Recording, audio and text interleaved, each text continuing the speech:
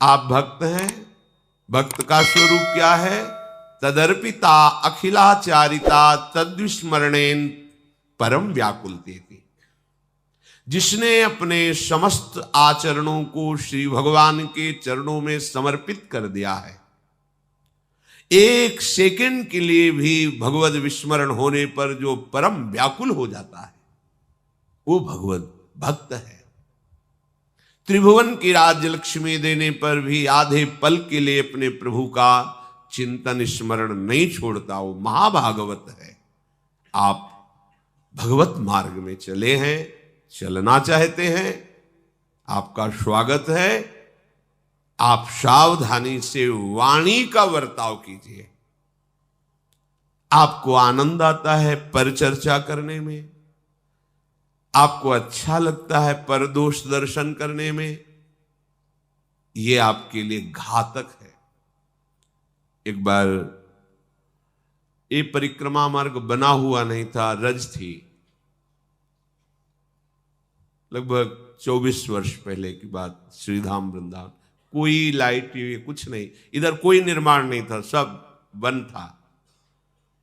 ऐसा सुंदर परिक्रमा मार्ग, लौटते हुए डोलो, बड़ा सुखद, कोमल कोमल रजरानी बैठ के खेलो, लोटो, आनंद मिलता था। दुर्भाग्य प्रकट हो गया, रजरानी के दर्शन होना मुश्किल हो रहा है, ऐसा पक्का मार्ग बन गया।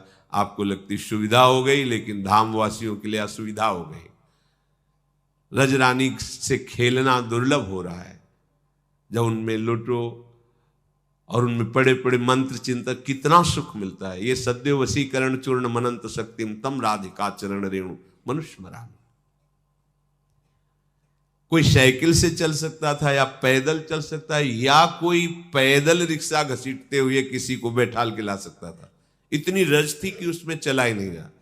रात के 11 बजे वापस होते थे, दर्शन भिक्षा आदि करके थोड़ी देर यमुना जी के किनारे एकांत में बैठ के, फिर तो 11 बजे लगभग आ रहे थे, तो मोड़ में हमने देखा कि जैसे कोई किसी को संभाल रहा हो।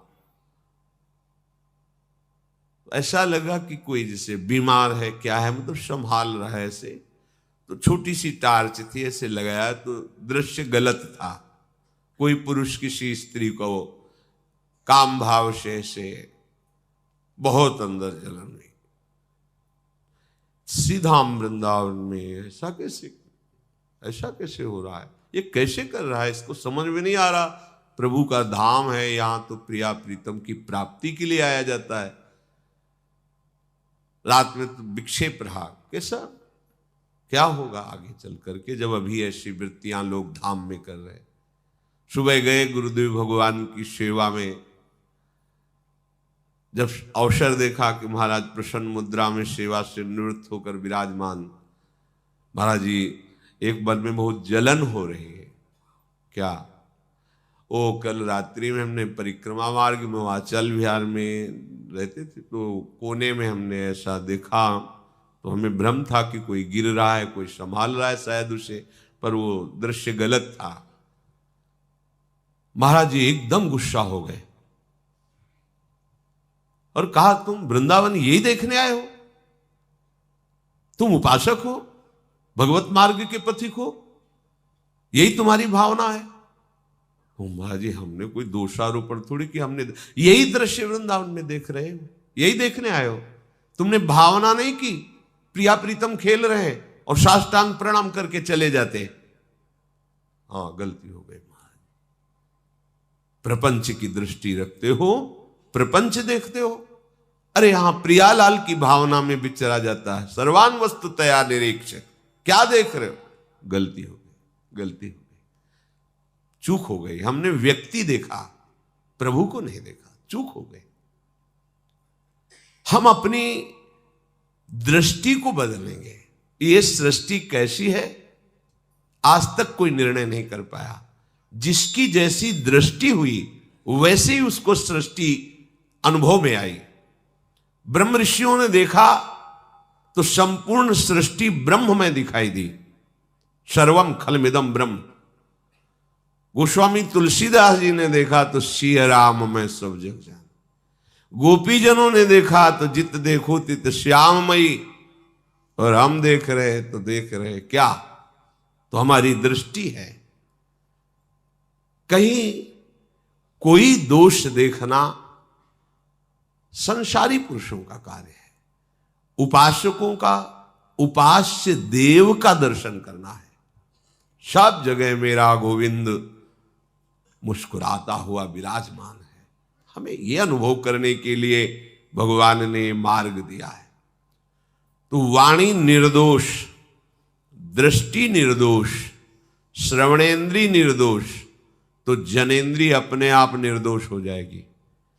और जहां इंद्रियां पवित्र हुई, मन पवित्र हुआ, तो आपको अपने परमानंद का अनुभव हो जाएगा। जो आपकी संपत्ति है, जो आपकी निजी संपत्ति है, परमानंद, वो प्रकाशित हो जाएगा। किसी और का नहीं है, आपका है। वो आपका स्वरूप है। आप भगवत स्वरूप हैं, भगवत अंश हैं। अगर हम मनुष्य जीवन में ये नहीं कर पाए तो किसी भी योनि में नहीं होना। आगे किसी योनि में इनका संयम नहीं हो सकता। श्री भगवान करुणा करके कह रहे कि यदि तुम्हारा जीवन पूरा विषय चिंतन में गया है तो तुम कैसे आखिरी में मेरा चिंतन कर पाओगे। जैसे हम वाणी बोल रहे हैं ना, इस शब्द आकाश में फैल रहे हैं। अगर आप में ध्यान शक्ति होगी तो आप 10,000 वर्ष बाद भी ये वाणी सुन सकते हैं। ये आकाश में विराजमान रहेगी। ये जितने शब्द हैं ये आकाश से ही है। आकाश, तन्मात्रा, शब्द, ये शब्द सब जमा है। ऐसे ही आप जो जो सोच रहे हैं वो सब जमा है आपका। नष्ट नहीं होता। नष्ट होता है भजन करने से। भजन करने से आपकी जितनी अशुभ धारणाएं, पाप प्रवृत्तियां, दुर्गति, दुख, अशांति प्रदान करने वाली चेष्टाएं, ये सब भस्म हो जाती केवल भजन से। दूसरा कोई उपाय नहीं। दान पुण्य से नहीं, वो एक अलग विभाग हो गया। पाप अलग विभाग, पुण्य अलग विभाग। लेकिन ये भजन विभाग नहीं है। दोनों विभागों को भस्म करके भगवत प्राप्ति करा। एकमात्र भजन।